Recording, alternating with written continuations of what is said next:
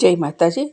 આજે બનાવવાનું છે વાલોર રીંગણનું શાક, પણ અલગ રીતથી બનાવીશું, 2 વખતનો વઘાર કરીને।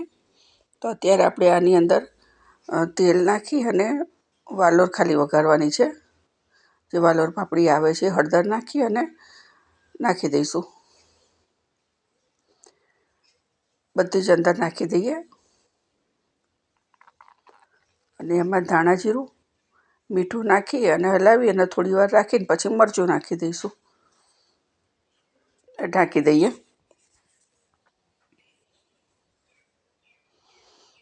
હવે એમાં મરચું નાખી દઈએ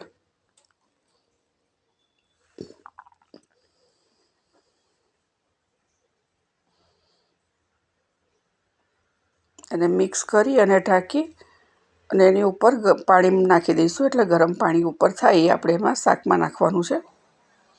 હવે બીજા ગેસ ઉપર રીંગણ વઘારી દેવાના, ખાલી તેલ અને હળદર નાખીને, કેમ કે અત્યારે આના દાણા થોડા કડક હોય અને રીંગણને ચડતા વાર નથી લાગતી, એટલે બધું વધારે ચડી જાય છે રીંગણ અને રેબાઈ જાય છે શાક, એટલે અલગથી વઘારી દેવાના।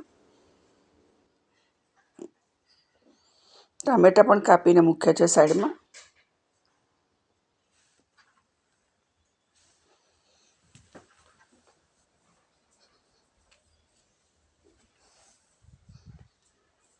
જોઈ લઈએ, સરસ થઈ ગયા છે।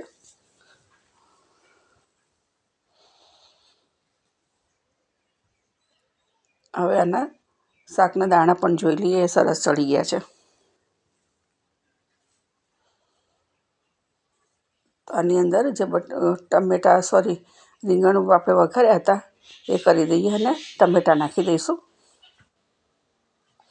બધું સાથે નાખીએ છીએ ને તો બધું શાક દાણા કડક રહે છે અને ટમેટાં અને રીંગણને બધું ચડી જાય, એટલે આ રીતે કરવાનું। ગરમ મસાલો નાખી દઈએ તો તૈયાર છે આપણું વાલોર રીંગણનું શાક। અને ઉપરથી તમે આદું ખાતા હોય તો નાખવાનું, જે છેલ્લે નાખવાનું છે। લીંબુ નાખી દઈએ